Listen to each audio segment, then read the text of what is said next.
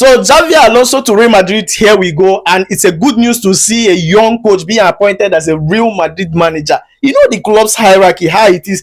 What do you feel, or how do you feel about this appointment, and what makes you think that this guy is good for this job? Well, I think it's a massive call from Real Madrid to, go for, what's the name of this guy? Alonso. If you look at Madrid and the way they've been signing their managers, they don't normally sign, young talents like this. Yes, Alonso, good. The way he did at Leverkusen, fantastic. Winning the Bundesliga with Leverkusen and going unbeaten in the league, even going to Europa final was, very, very awesome. But then that's all he has done in his career. And Madrid do not usually go for such profile. If you look at the history of Madrid appointments, you look at Benitez, you look at Pellegrini, you look at Lopetegui, you look at Ancelotti, you look at Jose Mourinho. So these were men who has a lot of experience. They have, years in the game. It's not just a one season wonder type of managers. But for them to go to, Leverkusen and pick what's the name? Alonso after one good season, I think is a big call. Probably they've done the assessment of Alonso and they think that he fits the job and they believe he can succeed. But for me, I don't think all these things can work out because of who Alonso is, what he has done at Leverkusen, the kind of player he has there, the kind of playing style he had played in Leverkusen, coming into Real Madrid. I don't think that will work. But for me, let's maybe wish him well. And so how do you feel about the players he's coming in to meet at Real Madrid, knowing fully where he's playing 3-4-3 formation at Leverkusen, now at Real Madrid? Real Madrid is not known for that 3-4-3. It's known for 4-3-3.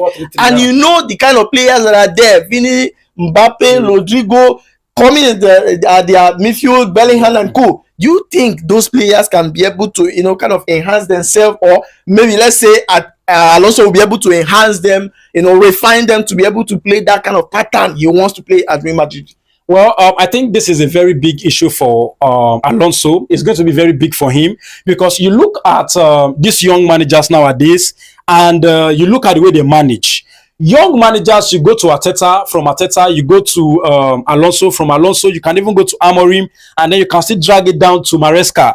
These are managers that are unorthodox. Why did I say they are unorthodox? It's because they are not the type of managers to let the footballer play their ball in a very free and this thing. Even Pep, yes. They like to, control what they do on the pitch. And coming from Ancelotti to Alonso, I don't think the Madrid squad, I don't think they are built to be controlled by a tactical setup. That's why I said it's going to be a big issue. 3-4-3 requires a lot of positional discipline. It requires a lot of running. It requires a lot of hard work. You get it? And the way Ancelotti has built this Madrid side, they are not the type to be, pinned down on any tactical sophistry. Yes, 3-4-3, exciting formation, is modern, it's what is in vogue now, but it requires commitment. It requires people who are young stars. You understand? Not these big. Can do a lot of running. A lot of running. Now look at the likes of Mbappe. Look at the likes of Vinicius. You talk about Bellingham. These guys will now need to be, reassign new roles in that formation, and those roles requires that they play it with commitment. You cannot say I don't play here or I don't play there, because the formation is that you are supposed to be here and you are supposed to be there efficiently. That's where I think Alonso is going to have a lot of issue. Yes, like you likely said, that he's young, he can relate to the youngsters and tell them what he wants them to do, and maybe that's going to be like a common ground for them to find a solution. I don't know, but from my perspective, I kind of feel like there's going to be a lot of misunderstanding in relaying the tactics to them and them efficiently, doing it on the pitch. But for me, I think they don't have the profile. They don't have the player profile to play that tactics. Yeah. So Alonso, if you are coming in, just know that it's either you drop your 3-4-3 back at Leverkusen, or you pick up the one they are playing already and do something with it. Because if you are coming to Madrid, Madrid is not a place they will give you time to do or do everything. If you are coming in, you are coming to give them result one time. Exactly. This is not a place of, okay, let's give you 1 year to do this and do that. They are very, very ruthless in terms of time. Yeah, exactly. They don't joke with time. Yeah. So if you are coming in and you don't have those player profile, the best thing to do is to adapt with what they already know, and make sure you bring out the best in them so that they can play that one they already know. And looking at Vini them, looking at what's the name, Rodrigo them, you can't tell them to go back and be playing from back three, playing exactly. number 3, go back to defend and come and attack. Rodrigo go back to defend and come and it can't work. With this kind of team I'm seeing there, it can't work. Exactly. Knowing fully well who they are. It's a superstar team. And secondly, there are some problems Alonso will encounter coming into Real Madrid, which is playing some teams that are very tough that Real Madrid don't joke with. Example, Barcelona. You can't, you can't afford to lose to Barcelona anyhow. Exactly. So do you think Alonso can come in, refine this team, and be able to, unseat Hansi Flick and co from this winning streak they are on?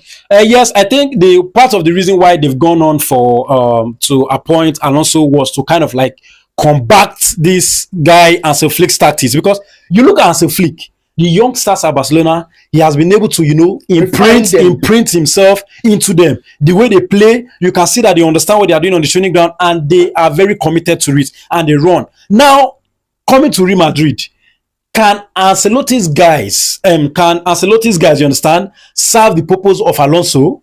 Can they? I don't think. We don't know. And in terms of on sitting as a Flick, I don't think it's going to be a one-season job, because yes, Alonso might say he wants to adapt to 4-3-3 and then over time change it to a 3-4-3 formation. Of course, it's coming at a time where he has all the preseason to himself. At the same time, you need at least 2 summer windows to get your recruitment in place to play that formation.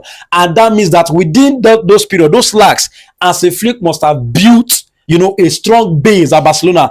I think it's a big issue on sitting as a Flick. And if Alonso does it, it will be a miracle. Because you look at that Barcelona side, how incredibly they've played this season, you just know that the sky is the limit for them.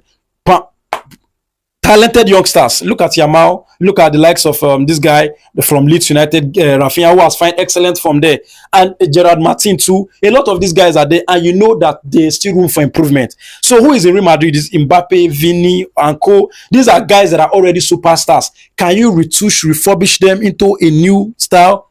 I honestly don't know. This is why I'm saying that maybe, just maybe, it might be a massive call from me, but I think Alonso will fail at Madrid. Well, me, I have some 1 or 2 things to put chip in here. You see, Madrid now, the way Madrid team is right now, they only have problem in their midfield and their defense. The attack don't touch the attack. The attack is already okay. They can sort themselves out because Madrid used to score. The problem is defending the goals they scored and being able to keep the ball.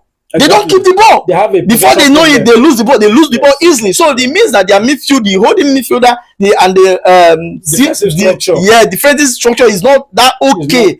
Then it needs to be changed. And I see they had so many players, so many good players in their radar try to. Madrid, of course, Madrid normally like that. When Madrid have an issue, they don't have time to contemplate. They go straight into the market and look for the best there, and then pick the best and start working him. They've numbered a lot of guys. I think Konate is one of them. Saliba of Arsenal is one of them, and then the Hutchinson of Bournemouth, who has been excellent in the Premier League this season, is also one of them. I think any of those guys will suit their defense. And you look at the 3-4-3 that Alonso might play, I kind of feel like Hutchinson will fit it because he's a CCB, he's a ball carrier, he's a ball playing CB, and he has been excellent. So maybe, just maybe, they can land him and then build from there. All right, so talking about their midfield, there's that CDM, defensive unit, that CDM on that midfield needs to be changed. I don't know, maybe injury crisis is... 3-4-3 formation does not need a CDM. It does not need a CDM. It just need 2 central midfielders that are playing where you look at Inter Milan,